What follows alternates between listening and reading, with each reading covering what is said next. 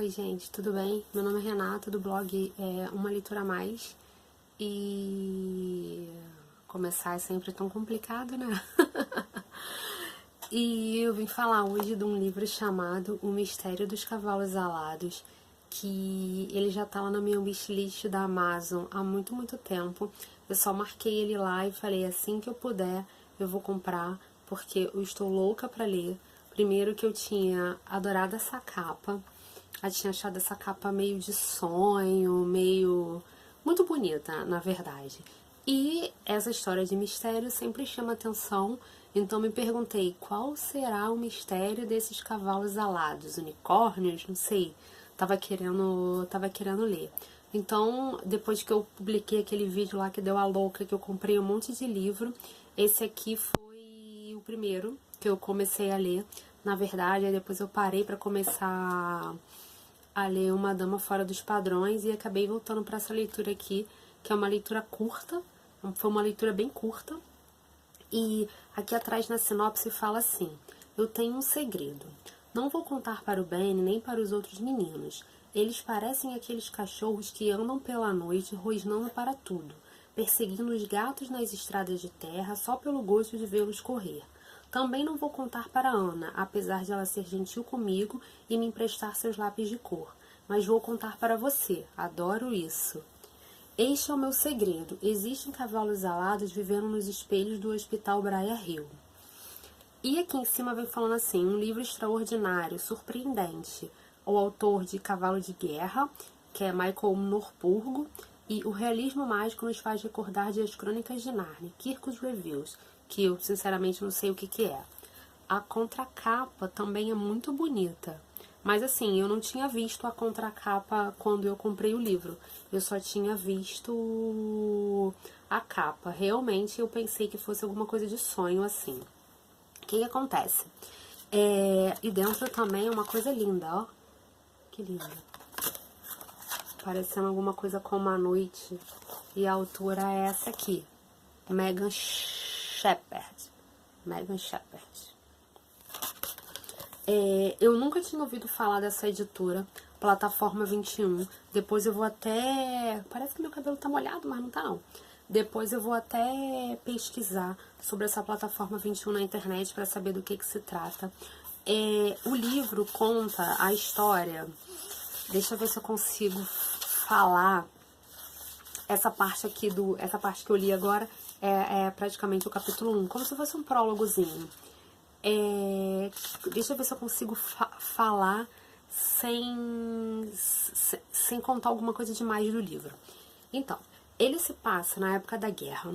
Tem uma menina chamada Emmaline May. Essa menina ela tá internada nesse hospital que fala aqui, o Hospital Briar Hill. E ela vê cavalos alados, coloridos, na verdade, ela vê cavalos alados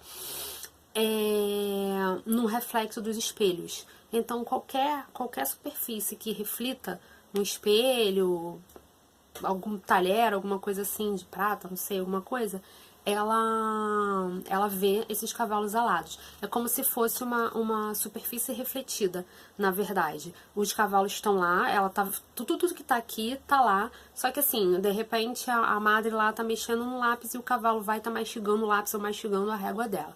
Os cavalos, aparentemente, olham pra ela, pra Emmaline May, eles sabem que ela tá ali, mas de alguma forma eles não interagem.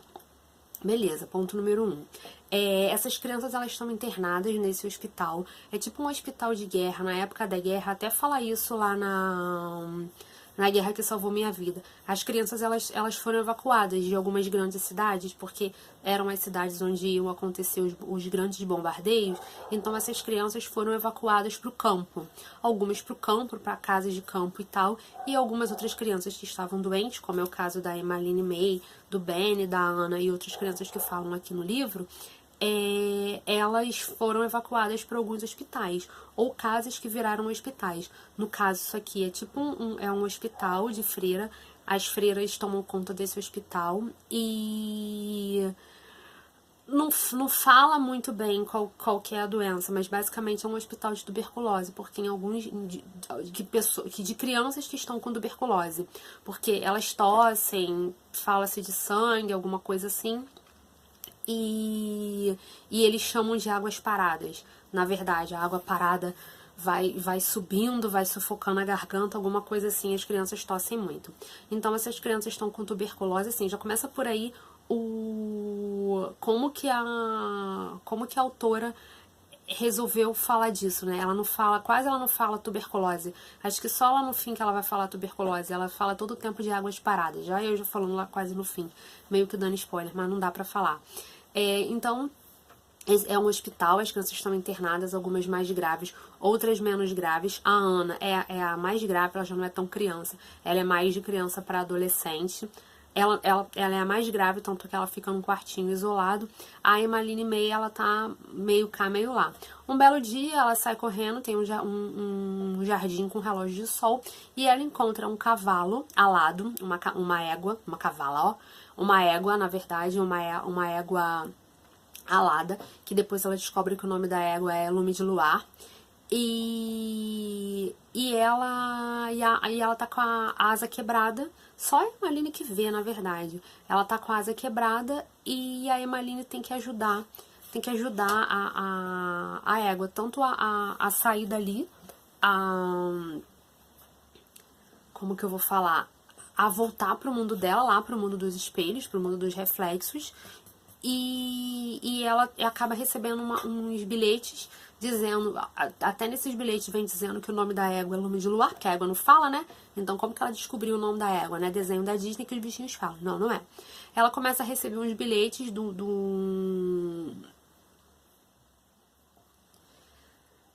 Como é que eu vou contar?